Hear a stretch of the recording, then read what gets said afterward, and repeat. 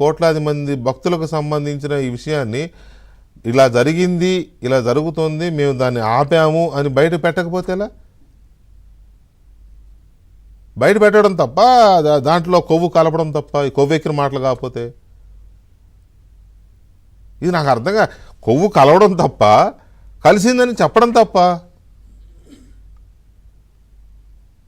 ఎట్టుందంటే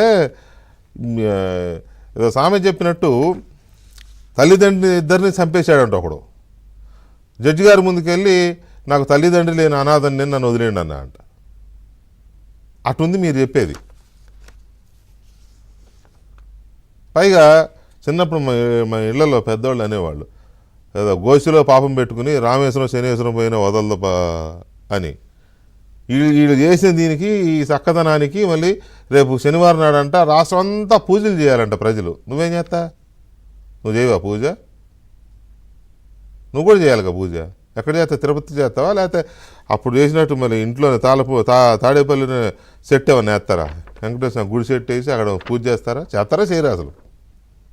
ఇద్దరు భార్యాభర్తలు ఇద్దరు కూర్చుని వెంకటేశ్వర కళ్యాణం జరిపిస్తారా ఇంట్లో? అది కదా పూజ అంటే.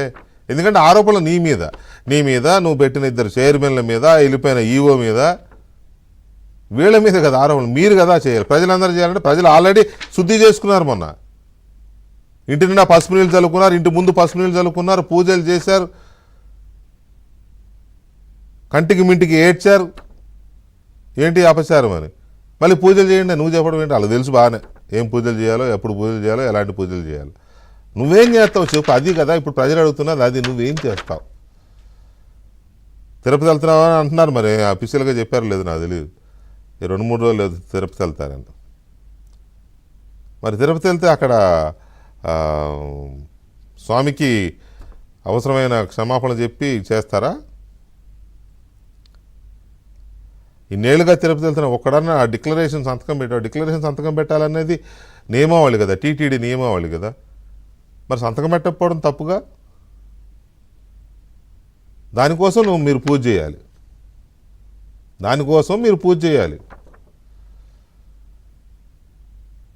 ముక్కోటి ఏకాదశికి అయితే తిరుమల వెంకటేశ్వర స్వామి బ్రహ్మోత్సవాలకి భార్యాభర్తలు వెళ్ళి పట్టు వస్త్రాలు సమర్పించి రావడం అనేది సాంప్రదాయం, టీటీడీ నియమావళి.